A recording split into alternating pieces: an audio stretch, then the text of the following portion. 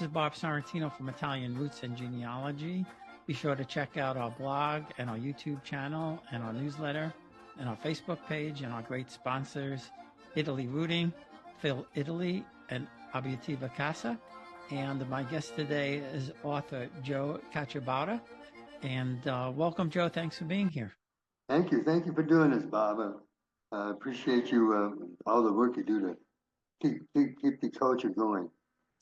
Oh, I appreciate it. I just love it. I just love talking to people about it. Uh-huh.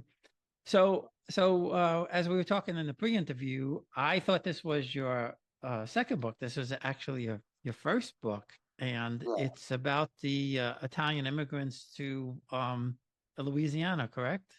Right, exactly, yeah. Uh-huh. And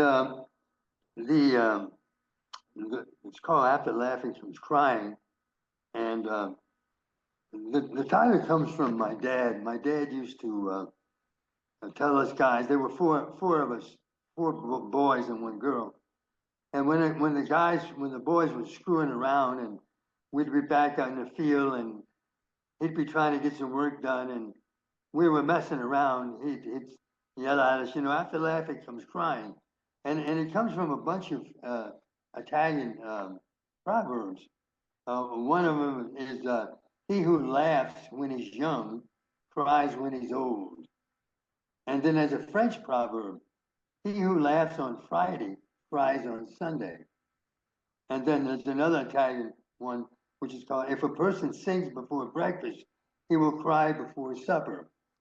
So what all of that really means is that if you don't take care of business in the beginning when you're younger, when you get old, and that works for everything, finances and your health and the people you meet and associate with, if you don't take care of that when you're young, when you get old, it all comes back to haunt you. And so that's what that proverb is. So and my book takes place in it was based on the research that Vincenzo Scarpacci did on immigrants, on Sicilian immigrants on Louisiana plantations, and it was also based on the work that Donna Garbacci did on immigrants from Louisiana coming in, and immigrants coming into Louisiana, and it's a historical fiction. I used my grandfather, who came to New Orleans in 1900. I used him as the main character in it. I think he did work on a plantation for a couple of times because he came in around October, and October was when all the immigrants came on to work on the plantations in Louisiana for it's called zuccarata, the harvesting of the sugar cane. And according to what Vicenza says, is that actually sugarcane was at its best in November, but they hired all these workers to come in October to try to get the sugarcane in before any frost hit. So this is why, when you look at any of the Italians coming into New Orleans, usually they're coming in on a ship around October, and then they work that time in the sugarcane fields. So my story takes place. It starts in Sicily, and by the way, the picture behind me is Casa Bellata, my little commune that my grandfather was from. I just visited it this summer. I actually did in November. I just visited it, and I still have relatives there. I just want to say something about that picture. You know what's so remarkable about that picture is you see the square, which looks like it's been redone and all new, and then you have all the old houses in the back. Yes, exactly, and that's what they do. They redo the squares, the old houses back there. It's remarkable because it probably looks like it did when my grandfather left in 1900.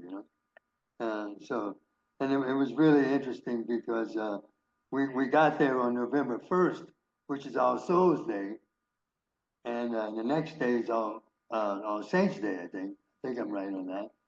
And in Italy, that's a big holiday because they give the kids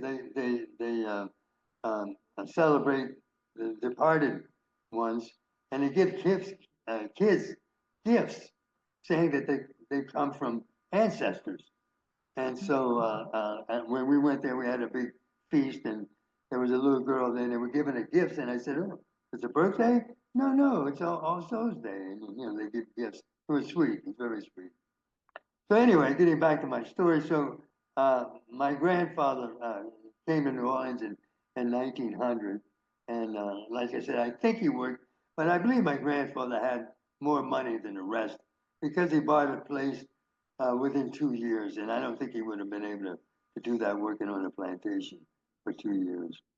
So so anyway, that's so I use him as a character in the book, and it starts in this little commune, and it's after the unification, and so I just kind of want to get a little bit back history on the unification. Um, there's a book out that's just been printed. It's right here. I don't know if I can see it. That you can see the book. It's called the Struggle for Sicilian Independence, and it's by Giuseppe Schiano. And Giuseppe, in his book, really argues with a lot of facts that the unification did not help Sicily at all. It was more like an invasion rather than anything else. And so, at any rate, the facts are that it did, and the farmers were not helped that much after that. So what would happen was that they would, every little thing they'd be taxed on. They'd have a person coming around looking and see how many rooms you had, and he would tax you on that. How many animals you had, he would tax you on that. And the interesting thing is that the big landowners, their horses were exempt from taxes, but the donkeys for the peasants were taxed. You know, so um, so the family tax that the communities, the individual judgments on the community, everything was going to pay taxes. And by the way, some of these people, a lot of these peasants did own land, but it was hard to keep it because of the taxes. So, and my book starts in this little community, and these guys are planning to take back some of their land, and which has been either stolen during the invasion, during Garibaldi's during the war. Were either stolen by people, the landowners saying, "Oh, this property's been abandoned," so they redo titles, or they said they owe taxes on it. And anyway, they acquired all this land, and it just sat there because a lot of these owners lived in the north, and it just sat there. So anyway, that's kind of how my story begins. Now, this was about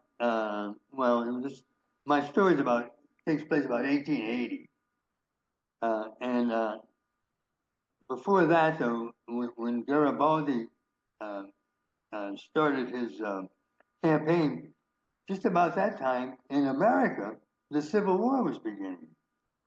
And it's an interesting thing that Lincoln actually offered Garibaldi an office in the Union Army, and he turned it down. And Garibaldi lived in New York for a while, and but anyway, he turned it down. I just learned that, literally learned that like 2 days ago. Is that right? Yeah. Yeah, he lived there with I think a writer. And that he was offered, that Lincoln offered him a role in the war. He did, yeah. And so getting to the war, at the end of the Civil War, the plantation owners came back and the farmers came back to fields that were, the soldiers that had been marching over them, they'd been fighting in the fields, and what would happen is a bunch of soldiers would come in and they start killing all the livestock to eat. And of course, to build fires, they would tear down the fences, or you can imagine, they'd probably go to a porch and pull out a post or something to have a fire. So, some of these houses were all broken and torn apart. The fields were all decimated. But the other thing that happened was that they had no more labor. The labor had scattered in all directions. Some of the blacks joined the Union Army, and some of them went elsewhere to try to find their relatives that had been sold off. Some of them stayed, and because they had no place to go, they didn't own anything, so they didn't have anything to do, so they stayed on the plantation. The only thing is, after a while, uh, the plantations owners were required to have a contract with these people with their laborers. And so that didn't sit well with these southern plantations, who had slaves all this time. Didn't sit well with them. So uh, that was one of the reasons why they started looking elsewhere for labor. Uh, Also, during Reconstruction, we tend to think, oh, okay, well, the thing was over, everything was settled. No, no, you still had Southerners who were occupied by the Northerners, and they were still fighting. They would burn down places, and they weren't ready to have slaves negotiate with plantation owners. So like I said, some of the slaves came back, but they came back and they started saying, "Well, we don't want to do all that work. We don't want to do it for that much money." And the plantation owners had mortgages to pay, and they had to rebuild. They hadn't made any money because they weren't selling any crops, so they were in pretty bad shape. So uh, here I've got some quotes from some of the owners at the time. One of them says, "The Negro cannot furnish either a quality or quantity the labor necessary to develop the South. By its lack of initiative and inventive genius, the black race has acted as a hindrance to progress." And another one says, "For years, Negro labor in the South has been growing more worthless and unreliable." What that meant is they had to pay them. That's why they were worthless. "With plenty of work to do good wages, the Negroes will not accept employment. But on the contrary, the tendency among them is to leave the country." They meant leave the rural country. They didn't mean America. Leave the country and seek the cities where they can eke out a miserable existence. So plantation owners decided they needed to go elsewhere to get laborers. So they went to New York and they hired a bunch of Germans, and the Germans came down into the South, and they said, "Oh no, we can't handle this."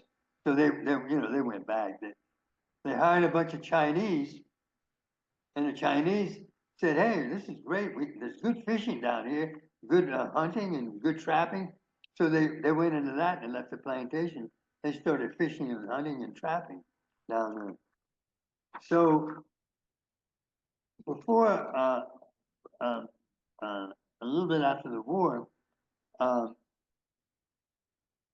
Italians, and especially Sicilians, had been coming into New Orleans uh, with the citrus, because Sicily had a lot of citrus, and so they would send the people in Sicily would send people down to New Orleans, and they send specialists who knew how to handle the fruit and get it into the stores and get it to the people without, because it was pretty delicate. There was no, they didn't put them in warehouses for a long time. They didn't do any of that. They picked the fruit, put it in crates, and shipped it off to the states, to at least New Orleans. So a lot of these Sicilians stayed in New Orleans. rather than keeping going back and forth, they stayed.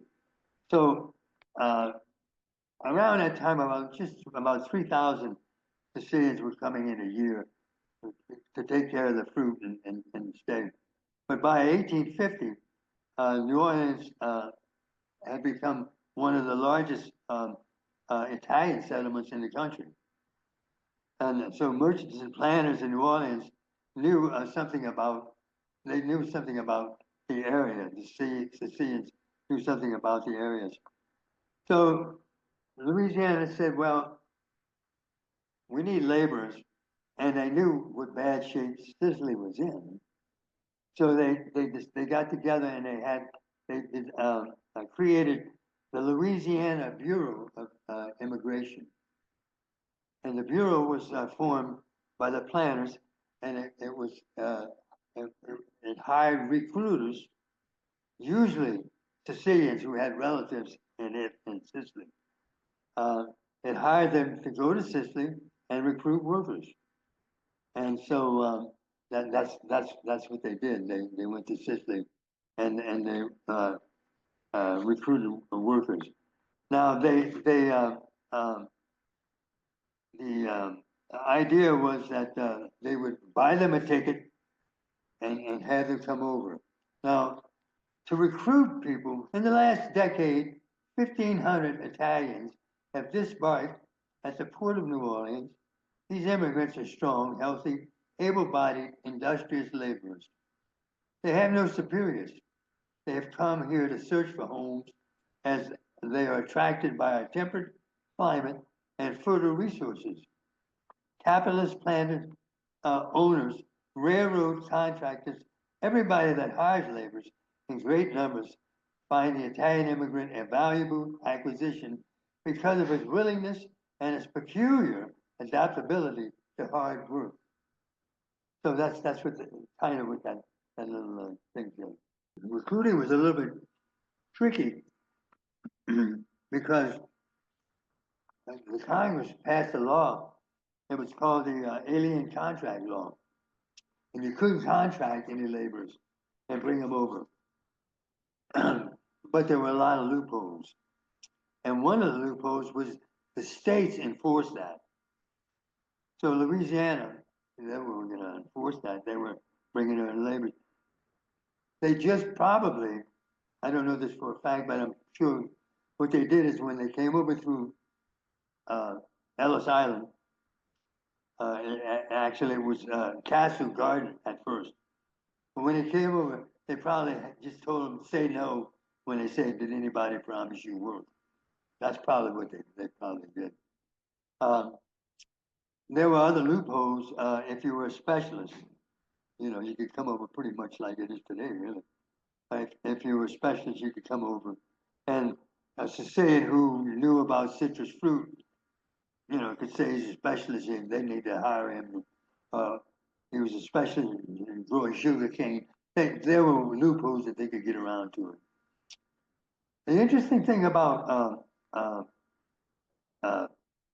these commercials, just like everything, steamship companies and railroads were joined together and helped recruit these immigrants coming in. But then there were people who were cheating the system. And also because of this thing about the states policing the immigrants coming in, that's why they built Ellis Island. They had to have a federal way of having immigrants coming into the country. So they built Ellis Island, and they instead of them coming into Castle Garden, they came into Ellis Island, and now the feds could control immigration. There were a lot of immigrant ports, immigration ports into the country. Philadelphia had one, Boston, Baltimore, but in the South, in Key West, Florida, and Galveston, and of course New Orleans were ports of entry to coming in. And a lot of immigrants who came into, say, New York, they may have had relatives, but they didn't have jobs, so they stayed in New York. I mean, that was the closest place to go. They came into Boston, they stayed in Boston, Philadelphia. They stayed out. They weren't going to try to go across the country and go west. And so that's why we have a lot of immigrants who stayed in New York, Boston, and in the Northeast. But the ones that came to Louisiana usually had relatives there, and so they had a place to go. I mean, you had to have somebody on the farm anyway. So a relative or somebody to even get into the country. So anyway, so they started recruiting these Italians to come on in, and so there was another reason why they went to Italy to get workers. Is that in the South, the Southern plantation owners and the Southern politicians wanted to recruit white workers to come in for their votes. They wanted, if they were gonna substitute labor, they wanted to have white labor coming in and to help overturn, because the Negro was starting to be able to vote. So that was another reason why they started bringing in the Italians. And this is from a newspaper then. Immigration may not only cure or greatly palliate most of our state's troubles, but it may make the state far more prosperous and wealthy than it has ever been. To whom can our landholders sell millions of acres of untilled land if not to immigrants? Without a large addition of the white producing population of the state, what will prevent the best lands of Louisiana from depreciating into their market value until they will no longer sell for $1 an acre from being swallowed up by taxes? So that was another reason why it's not only the labor, but they wanted to try to bring in white people too. Another article here starts the idea of, well, if we bring in these white people and we can't afford to our plantations, let's start selling them the land. So this was from the Times-Picayune. I've already furnished an article for the Picayune in which I urge merchants who own sugar estates that yearly run them in debt, and planters who cannot make money out of colored labor to divide their plantations into 10, 20, or more small farms. With such building and improvements as may be needed, and select enough good working, honest white families to occupy these farms and furnish cane for a central sugar house in connection with supplies of cane for neighboring plantations. These small farms could be leased to white farmers or sold so long on long time by planters who are in debt, and the mortgage notes could be turned into pay the debts. So here they floated the idea of also selling off the land. So a lot of these Italian people who worked on a plantation, and they didn't make that much. I'll let you know in a bit how much they made. But a lot of them started with this idea in mind. They came and started saving their money. And so another article says, every one of these Italian families, after paying all expenses, they mean the ones working on the plantations, after every year they save a few $100s, which they deposited in local American banks, and they sent a part home to Italy. So they save their money. At this time, land could be bought for about $10 to $20 an acre, and some of it even sold for as little as $2 an acre. Wow. So these plantation workers like I said, uh, say the Did money. they did did Yes. they like band together to buy pieces of property, like maybe several Uh, families or whatever? kind of. What happened would be, uh, uh, this happened, I'm pretty sure, with my family. My family still owns about 110 acres of a plantation up in around Baton Rouge, Louisiana. It's called Fort Oge. Uh, and what I think what happened in my family is uh, a cousin or someone came down and bought a part of the plantation, and when they came, when my grandfather came into the country, the cousin said, "Hey, the January plantation is selling off land. You know, they got 100 acres." And so, in that sense, they did band together. But I didn't come down as a group, you know, a real estate group to buy up land. Not at all. Not at all. So they formed these trust farms, and uh, and what I just found out about trust farms is truck. I thought truck farms meant that these farmers had trucks. That's not what truck means. Truck is an old term, and it means vegetables grown for market. So these truck farmers were growing vegetables for market, but I thought that was pretty interesting because I always wondered truck farmers. But truck means a little something, a little insignificant something, or these vegetables that are grown. So, for instance, it had some families cultivated truck gardens, less than 20 acres. So these guys, these farmers, uh, uh, started planting these little farms of 10 acres or so, and then started to sell the vegetables. Some of them, incidentally, each plantation uh, gave the workers, when they came with their family, they gave them a little area around the house for their own garden.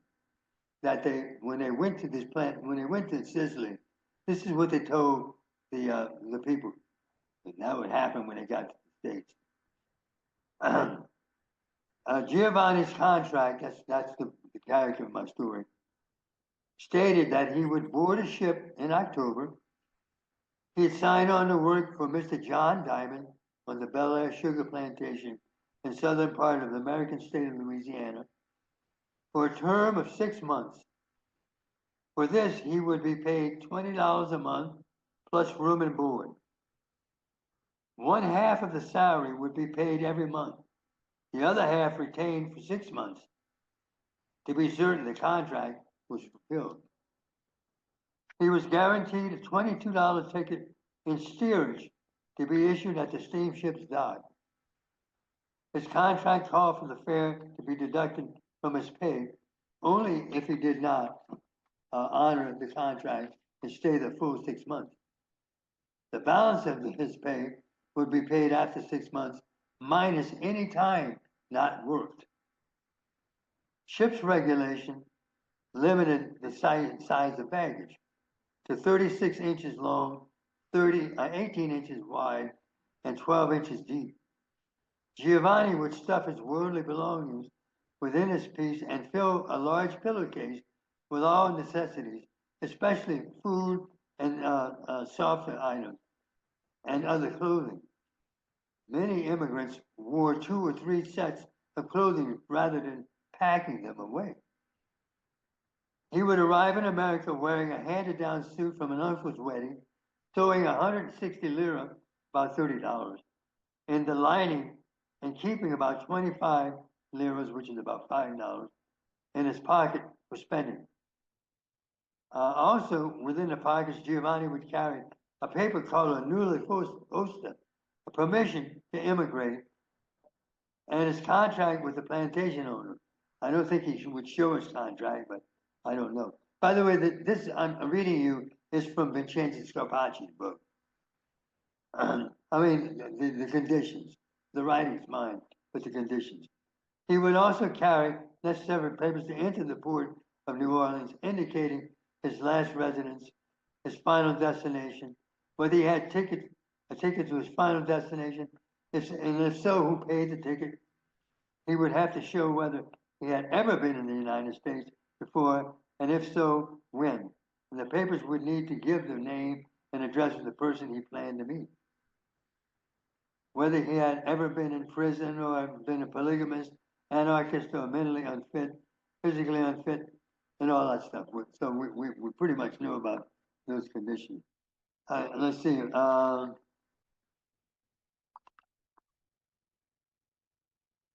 Yeah, the trip to Palermo. I once asked the person, I was insisting, I said, well, how do they get from these little comunes to Palermo? He said, on a donkey. So actually, what they would do is they'd take a donkey and they'd go to the nearest railroad station and get on a train that would go into Palermo. So during the 1800s, many northern Italian immigrants left through ports of Havre, Marseille, Nice in France, and Genoa. But in the south, the southern Italians left from Napoli and Palermo.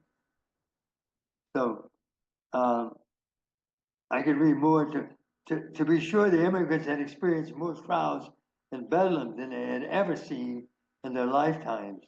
The sheer numbers waiting to board trains to Palermo and the horde of passengers arriving from different locations at Palermo dock.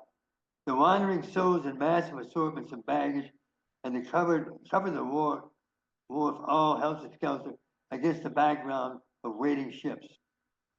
The persistent hawkers selling holy water, health insurance, religious artifacts, baubles to ward off bad luck, the permeating smell of roasted nuts and assorted meats and cheese, and the odor coming from long stored clothing and sweating bodies. So you can imagine what it must have been.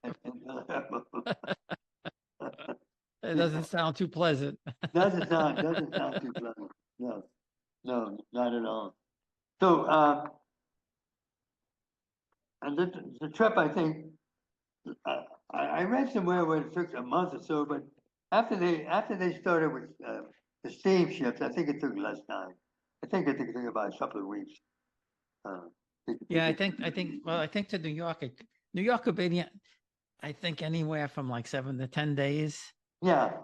Something like that once. But the conditions, even in the steamships, the conditions weren't very nice. Because they were down in steerage and had very little to eat and would rarely. I think they would get maybe an hour to come up on the deck. They would clear out the first class passengers and let them get some air or something like that. But and I believe in my research too that they would pick out a leader in the bottom and they'd give him a bucket, and everybody had a bucket, I believe, and for like soup and stuff like that. That's why the Italians brought their own food. Mm-hmm. Yeah. Yeah, they brought their own food, and but anyway, that couldn't have been very pleasant. So with, approximately, if when your grandfather got there in 1900, approximately, do you know how many Italians were in New Orleans at the time? I saw that earlier. I think it was about. Let me see. I did have that down. I skipped over the reading, but it was by that time there were a lot of Italians, there. It was by then one of the biggest Italian settlements, in the country, because there was work there. And not only I'm talking about sugarcane, but there was also cotton, the cotton too. So there were a lot of. I don't know the exact number, but. But were they readily accepted? Because I know no. I know No. they weren't. Yeah, I didn't think so. Yeah. No. And to top it off, there was yellow fever going around, and they were blamed for bringing it into the country, and a lot of the even after a while, on the plantations. Um, at first, they didn't. Um, they got along with the black workers on the plantation, but after a while, the black workers saw them as taking their jobs, and they weren't too friendly either. After a while, so and then in other places, uh, some of the Italians, as they came into the country and worked the plantation, some of them started leaving the plantations and going north to work on the railroads. And the unions up there in the north at first didn't want them coming in, and the other places in the south, the workers in the south didn't want them, so they had a lot of uh, a negative reaction to them coming into the country. Yeah, and just go back to what you said earlier about unification. A lot of people don't realize that unification, yeah, I guess it unified the country, and there's the thought of independence and all of that kind of stuff. But they, the North, when they went south, they pretty much devastated the whole socioeconomics of the South, and the South had Yeah, money, yeah, like you said, and the yeah, North stole it. But yeah, but like you said, all of these, the land was owned by the nobility, and they, they pretty much, for lack of a better word, cared for the people because they had the jobs, they had them farm and all of that kind of stuff. And like you said, uh, when that when Garibaldi did all of this stuff, that all disappeared, and land, you mentioned it, land was just left fallow. yeah. The interesting thing about that is the same thing was happening in the South in America because after the Civil War, the northern, the Union and the northern politicians came into the South and they ran everything. And you couldn't run for office in the South. So it was kind of the same thing.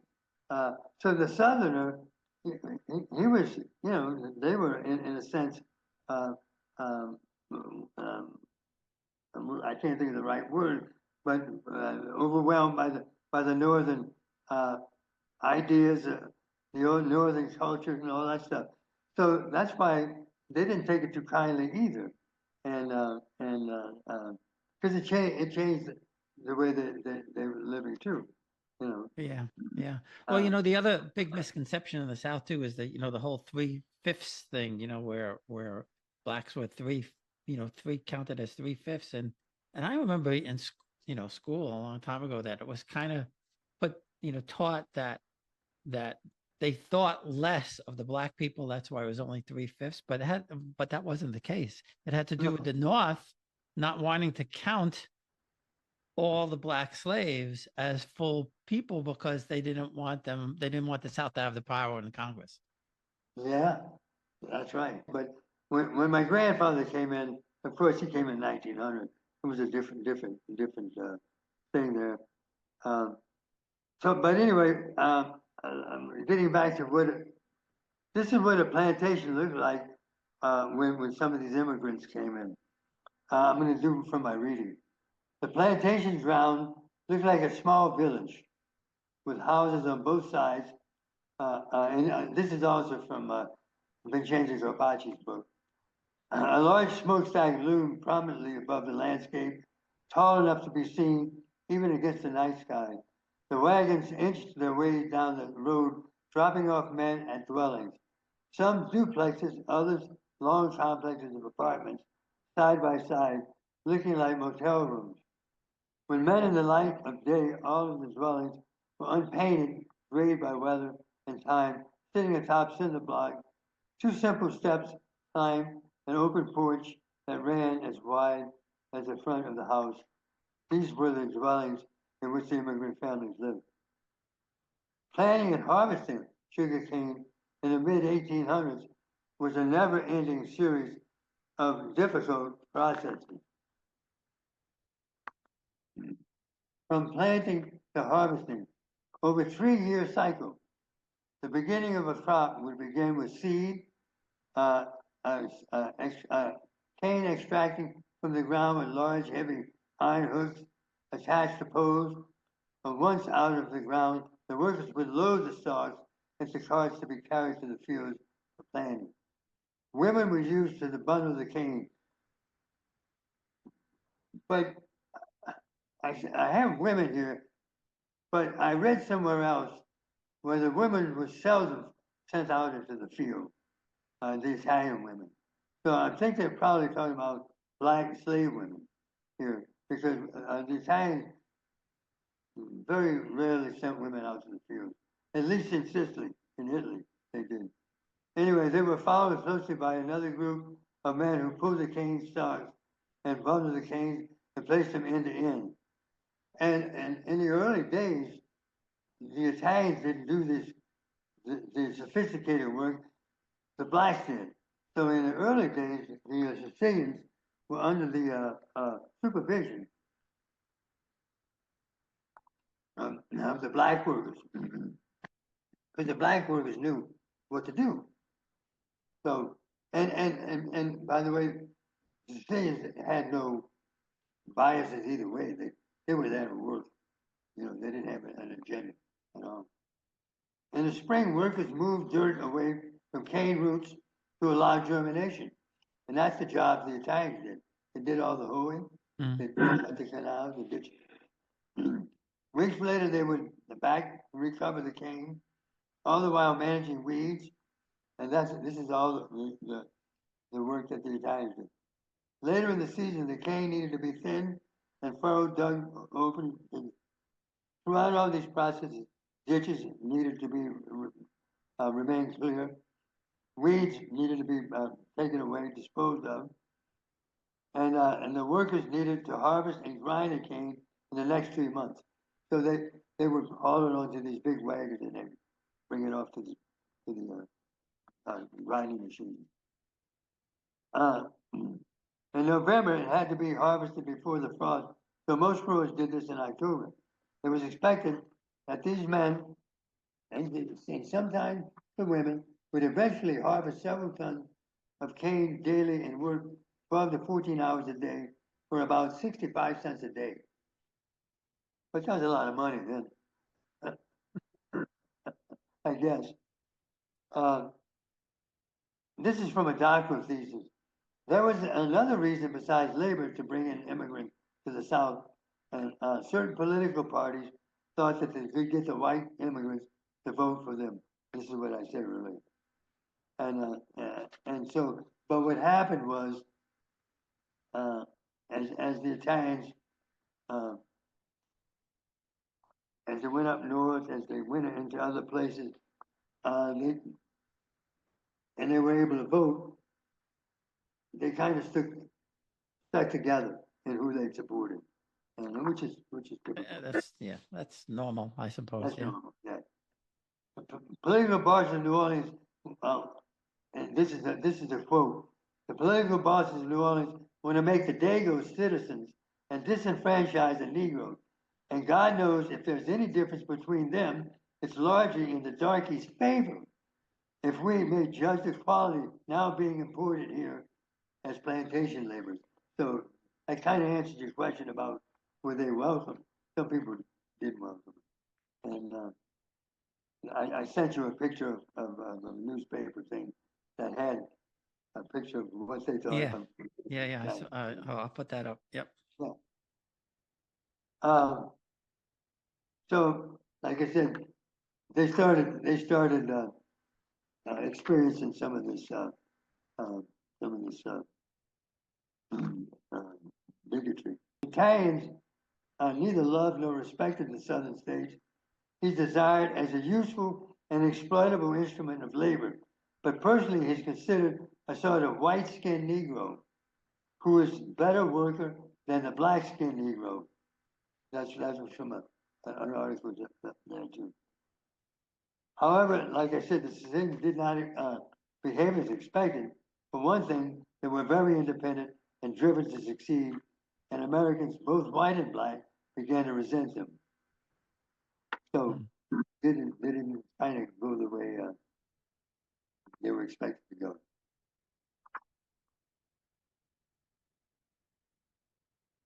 So anyway, so the book takes it to that, and it has them working on a plantation, and it has uh, mostly uh, fictional situations, but the fiction is built around factual information about what went on with the plantation and everything else.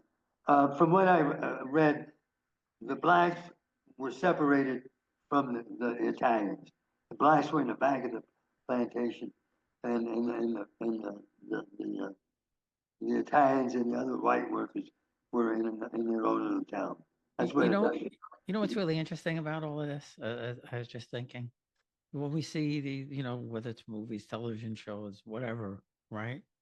Um, never ever have you ever seen anything that shows Italians on plantations, Italians in the South.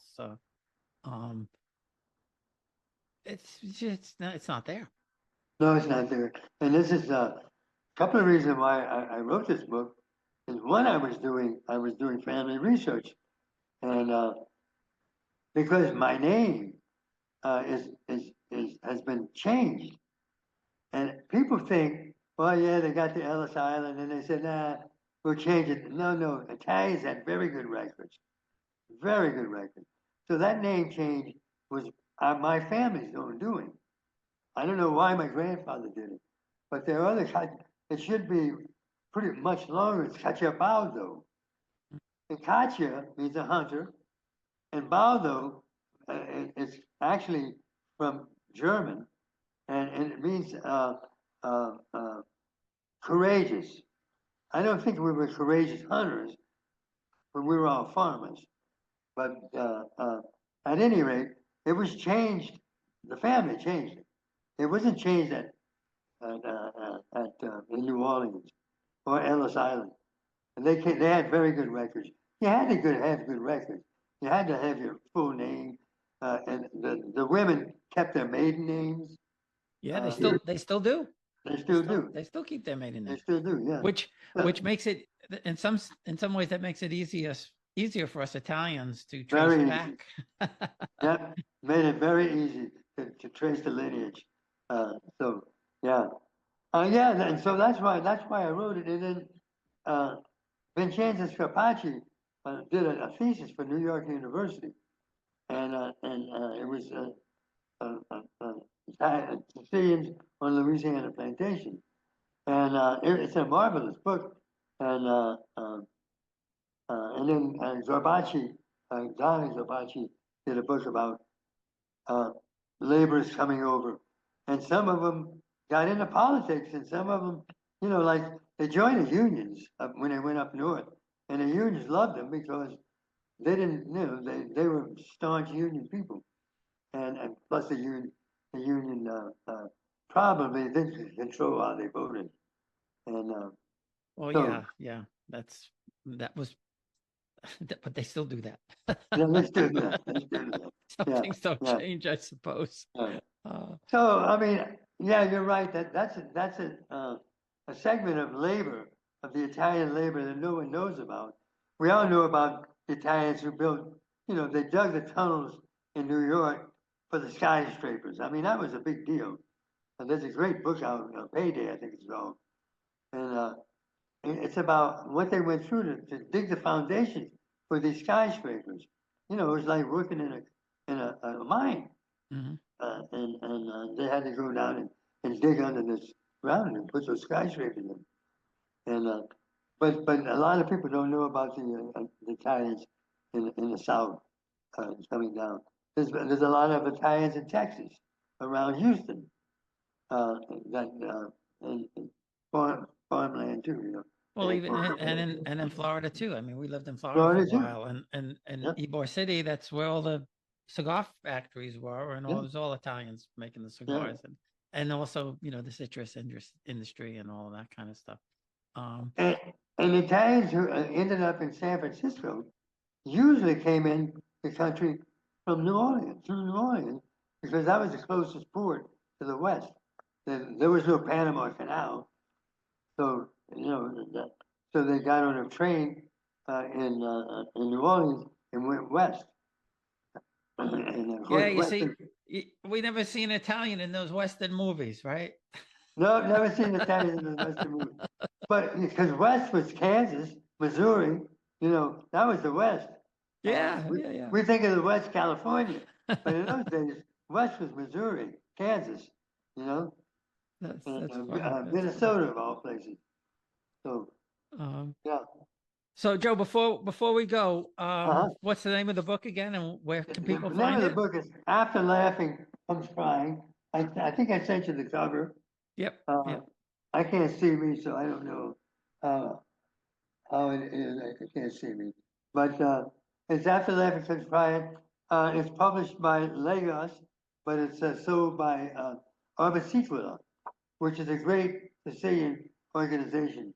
Uh, I recommend Sicilians who want to learn about their history to look up Arbacicula. Well, And well, fantastic, and thanks again for being here. I really appreciate it. Great stuff for sure. Oh, good, good. I appreciate you. Like I say, I appreciate you doing this, and because I know it's hard work, and because I see the amount of stuff you put out, and the great stuff you put out too, and Well, it's a great legacy, and that'll keep going on, and that's what we need to do is record our history. exactly, exactly. Yeah. We need to make sure everybody knows what happened and all of that.